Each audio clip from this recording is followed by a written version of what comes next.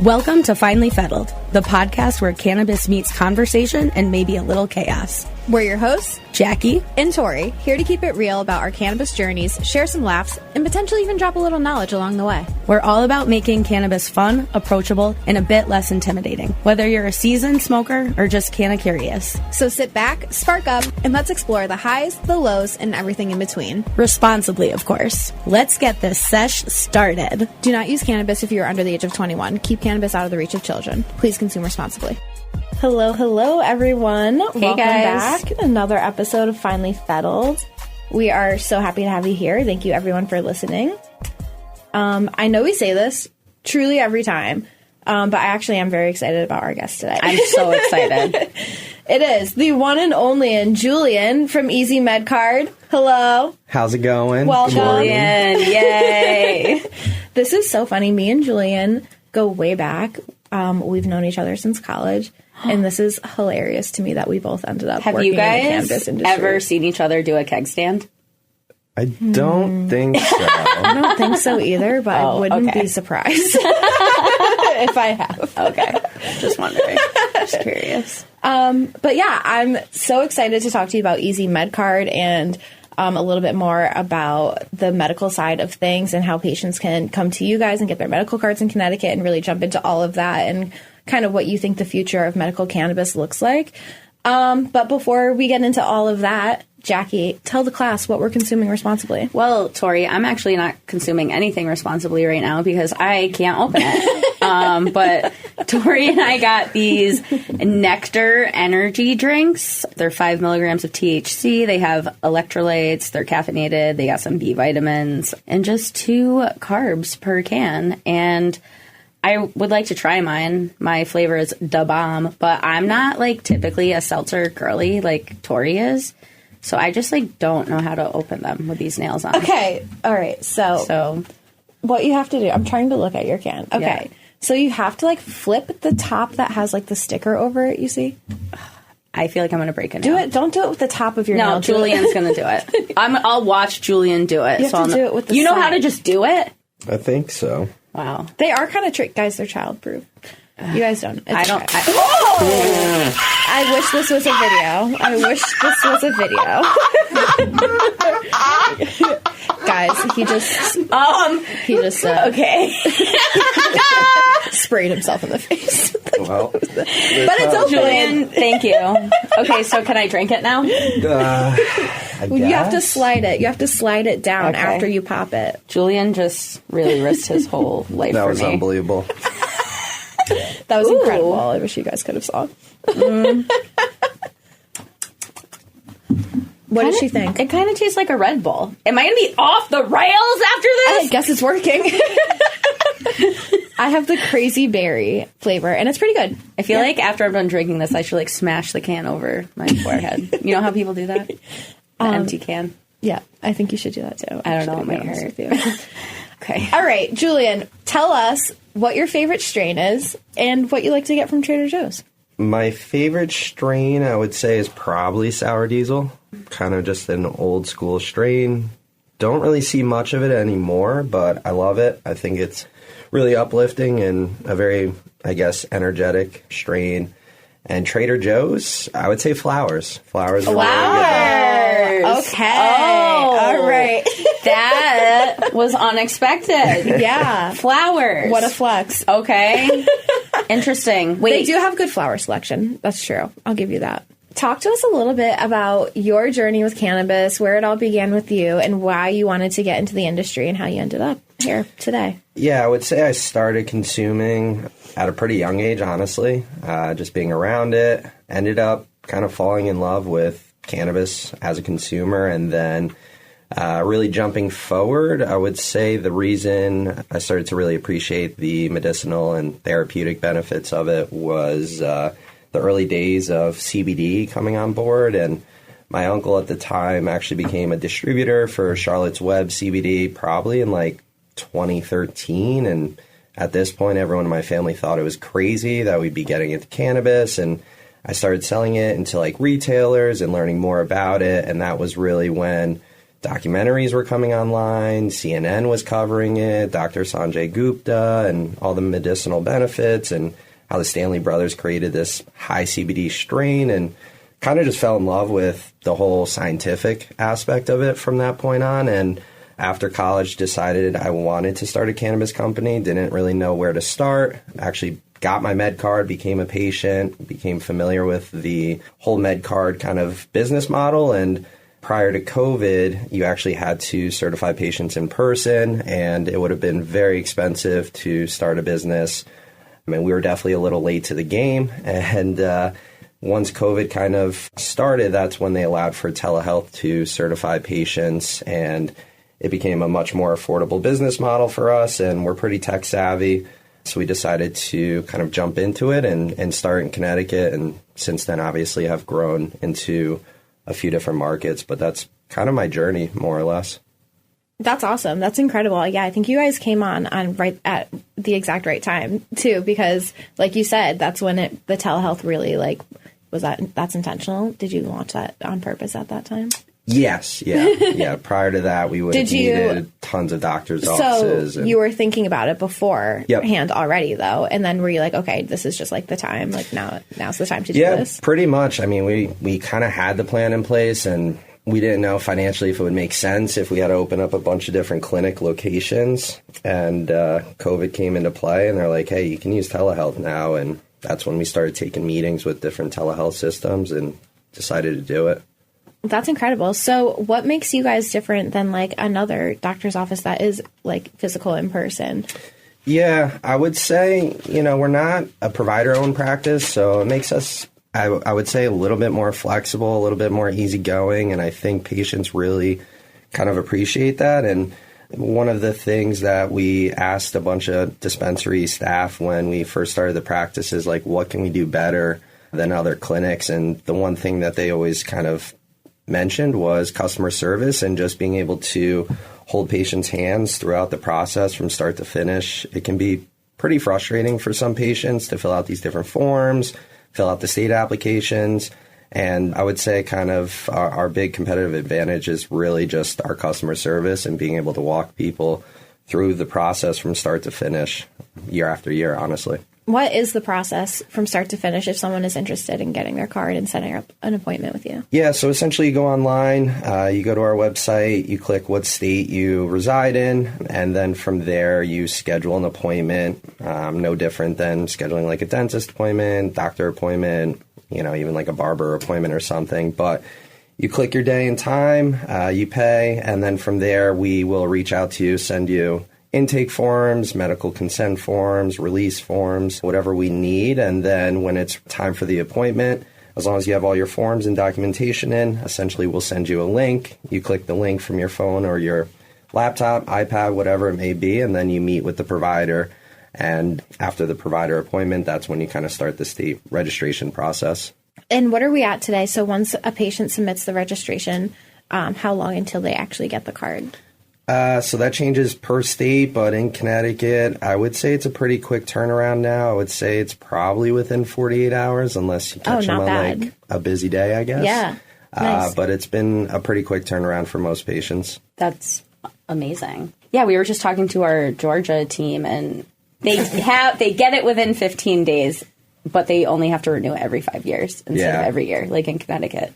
What's it like in other states? Like, what are the major differences between the states that you... Typically, it's 1 year. I would say most markets, require that you go and see a provider every year. I think Oklahoma, where we operate, is 2 years. Mississippi, you actually need a follow-up in 6 months. Oh. But for the most part, I would say most states kind of stick with a 1 year kind of annual renewal. Is there any states that you think are like particularly difficult with regulations and things like that? Like, what are the major differences that you see? Yeah, I would say Connecticut, honestly, is probably a little bit more difficult. Yeah. They just require just kind of like a different level of documentation and, qualifying conditions. And it's very well outlined as to what you need to have to qualify, whereas other states, sometimes it's up to the provider discretion. So Massachusetts, they have, your big indicators like cancer and chronic pain, PTSD, but basically the way it's written is it's also up to the discretion of the provider, which I think is great. So if you're meeting with a provider and you're talking about, hey, this is what I'm dealing with, I think cannabis might benefit, what I'm dealing with and my symptoms, they can say, okay, great, I think you should try it. I'll approve you for the program. Some states have actually even done away with conditions. So New York started with a bunch of different qualifying conditions and they just got rid of them completely. I believe Oklahoma is the same way where there are none. So Connecticut's a little bit more difficult, but they do have a pretty large list of conditions that do qualify, which is great. So, like you said, some states are getting rid of the conditions. Have you seen, any changes in the, patients coming in, the types of people who are getting their medical cards compared to what you've seen previously? Yeah, I would say most people probably think that we're getting folks who consume on a daily basis, have been using it for years, whereas honestly, a lot of the patients we have been getting in the last, I don't know, maybe 2 or 3 years are actually first-time consumers. And honestly, an older population, really kind of more of the elderly population, they're starting to use it. They're starting to understand it. They're not scared to try it. Versus other medications. So I would say the first-time consumer population and patient is actually one that's gotten a lot, I would say, bigger in the last couple of years. Yeah, I think because, people are coming around to it. The stigma is kind of going away just a little bit. So, I think more people are coming around and more people are doing it and hearing the benefits. But what I've seen just kind of more on the adult use recreational side is I feel like there are more and more women smoking than men, I have met a lot of people who are oh, I don't smoke, I'm just here picking up for my girlfriend, Yes. And I feel like there's a lot more, a lot of the guys are oh yeah, I don't smoke anymore, but my girlfriend still does. And I feel like that's something I've just noticed just from talking to people. I don't know if it's real or not. Lots of stoner girlies out there. Yes, we love to see it. All right, guys, we're going to take a quick break because we have to show some love to one of our newest favorite brands out there, Comfy. Yes, if you're looking for flower or pre-rolls that are consistent, fresh, and just feel right, Comfy is it. Everything is cultivated right here in Connecticut at Fettled's brand new production facility in Bloomfield. And fun fact, it's actually the first facility in the state built under the social equity cannabis regulations. So not only is the quality top tier, but it's supporting real impact too. Each plant is grown with care under ideal conditions, which means you're getting the best terpenes, potency, and flavor every time. Consistent, fresh, and grown with care for your comfort. Comfy has what you need to feel good no matter the vibe. So go down to findfettled.com and get comfy. You deserve it. What is one of the challenges that you have faced owning a cannabis specific business? Is there anything that is a challenge that you didn't really anticipate? I would just say social media and advertising restrictions. Yep. It's something we thought of, but never really thought it would affect us. Mm-hmm. And then I started seeing dispensaries lose their accounts and all these different licensed businesses that are actually plant touching, whereas our clinic, we're not even a plant touching business, as they call it in the industry. And, even us, we just lost our Instagram account and we have a couple backups, but it's just frustrating. I mean, I worked on the account for 4 or 5 years and now it's just gone. And honestly, it was very educational for patients, and we just try to kind of educate and lecture them about cannabis. And, I would say that's probably one of the more frustrating kind of issues in the industry. I absolutely feel your pain on that. The social media is so hard. So what is your favorite part of what you do and having this company? I would say, honestly, it's patient feedback and just them basically letting us know, hey, you guys did a phenomenal job. Not only do I love your customer service and the folks in the office, but also the providers that work for you. They're genuinely very interested and they give us great feedback. And I think just being able to hear kind of patient testimonials is beyond rewarding, in all honesty. 100%. So are you guys just going to keep expanding and going into every state? Is that the plan? Probably not every state. But ideally, I think, we want to keep growing the practice, but also make sure we're doing a good job with what we already have and continuing to grow the states we're already in. But we definitely kind of, keep our eyes and ears open for other opportunities in different markets, but just growing what we have. And, we've built a pretty awesome network of providers and patients that come to us year after year. So really just trying to focus on and make sure that we do a good job with what we already have. Yeah, and I was just thinking, I feel like out of a lot of the physician practices in Connecticut, you guys are one of the ones that are kind of more involved with the communities and kind of always advocating for the patients and kind of at the forefront. So is that something that you do in every state, or do you think it's just because Connecticut's your hometown? More recently, we've been getting more involved in those type of conversations and involvement. In other states, if people reach out to us and they're like, hey, we're trying to work on this, if I think it's going to be beneficial for the program and the patients, then we'll definitely get involved. And I think it is important to get involved. We contribute low-income appointments. We've done things with nonprofits. So those are also really rewarding and I think important just to do in general. Right. I think, the access to medical cannabis, across different states, it is an expensive process. Connecticut is a little bit better, but I remember back in the day, you had to pay to see the doctor. You had to pay to renew your card every single year. If you need a caregiver, you needed to pay for that. And then the price of the product, insurance doesn't cover any of that. But I heard, is it true that insurance might start covering? Have you heard anything about this?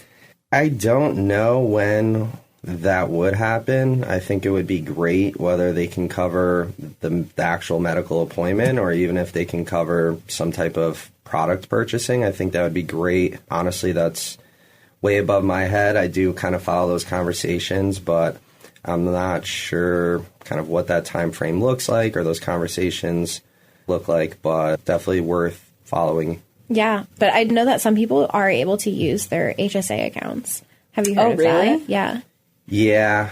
I've actually seen a few instances where patients require certain invoices so they can apply it. But I'm just starting to see that and hear more about it. But I think that is great if they're able to utilize it. Yeah. I think I never knew that. Yeah, I think in Connecticut, people are starting to think about these things and have the conversations. But like you said, I don't think any action has come of it yet. What state are you in that you think is kind of the newest, where people are still coming around to medical cannabis versus the state that you're in that is has been around the most mature? I would say probably Mississippi. I think most people there, when we went down there and kind of learned the lay of the land, most people would never expect that it was actually going to get passed. Obviously, a very southern state, and I don't think they anticipated it. They didn't really have, any kind of hemp involvement and hemp farmers to my knowledge. So for them, I think it was very shocking. However, it's an open market there. So if you have the capital, you can essentially buy a license and start a business, which is a very kind of interesting landscape to see. So they've actually done a pretty good job in just 2 years of having the program and growing it. But I think for most folks there, they never thought it was going to pass, and they ended up getting majority. So I think when it comes to cannabis, there are kind of a lot of people that aren't outspoken with their support for cannabis until you really have those votes on the ballots and see kind of the results. And, okay, cool. I have more questions about just being in so many different states. Which medical cannabis program do you think has the best aspects that you think other states should start implementing? From an educational standpoint, I do love that Connecticut has pharmacists in every medical dispensary. I think that's great, right? We offer these consults when people get their card. They can take advantage of it. They can sit down with a pharmacist and really be educated, which I think is great. From other states, I think Massachusetts has a very mature market. I think no matter what market you look at, there's always things that we can complain about, right? But I think Massachusetts is a very mature market, both on the kind of recreational adult use side, but as well as medicinal. And when you think of that state, everyone just knows to go to a dispensary to purchase cannabis. And I think they've done a good job with just getting the word out there, making it very widely accepted. And it seems kind of just like the norm there. Right. Okay, that's cool. I think a lot of people really appreciate the pharmacist aspect in Connecticut. Yeah. We've talked to a few people who have dispensaries in other locations and stuff, and having the pharmacist there is a huge benefit for patients in Connecticut. I think. Okay. So what else is going on with EZ MEDCARD that's coming up that you guys are excited about? What can we expect in the future? Well, we just launched in Kentucky. That's a brand new program. Dispensaries aren't even open, but we're certifying patients, and, hopefully the dispensaries, cultivators, all that good stuff kind of comes online soon. It's the first state we've been in prior to there even being a dispensary open. So that's been interesting, kind of just having to educate the patients on like, hey, you're getting your card now, and we don't really have an exact time frame on dispensaries opening. Obviously, it's out of our control, but, just be patient. They will come online. You will be able to purchase product, I would say, at some point in the next few months. So that's been exciting. That's actually an in-person state where you have to certify patients in person. So a lot of work for us in the beginning to build out essentially a few different clinics. So we have like 4 different locations across that state. And that's been a really kind of rewarding challenge, I would call it. And in terms of like the future, honestly, just looking to keep growing the states we already operate in. I think we have a pretty good presence in most of them. And I think there's still a ton of opportunity and folks to kind of educate and get the word out there about these different medical programs and the benefits of having a card, obviously. Yeah, that's amazing. That's fun. So, okay, what about you personally? Like, what is your favorite thing to do when you're fettled?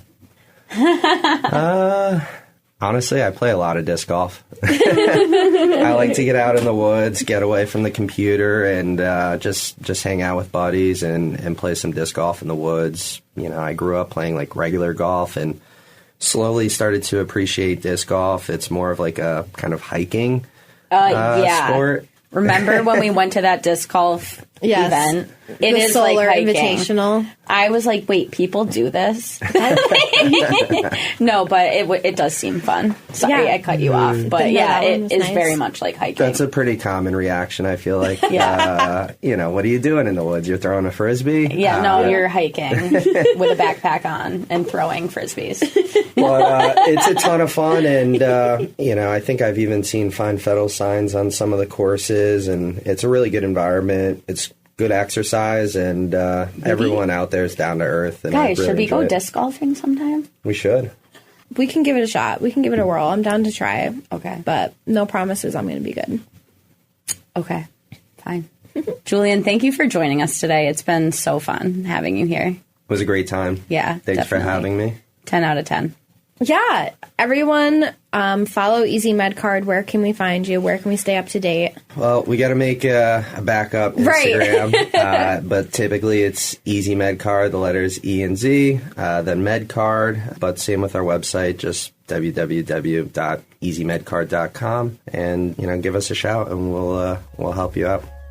Yes. Very nice. Everyone follow us on Instagram at finallyfettled.pod. Write into us, podcast at findfettled.com. We want to hear from you. Please leave us a review and share with your friends. Thanks so much, guys. And please consume responsibly. Bye. Bye. Do not use cannabis if you are under the age of 21. Keep cannabis out of the reach of children. Please consume responsibly.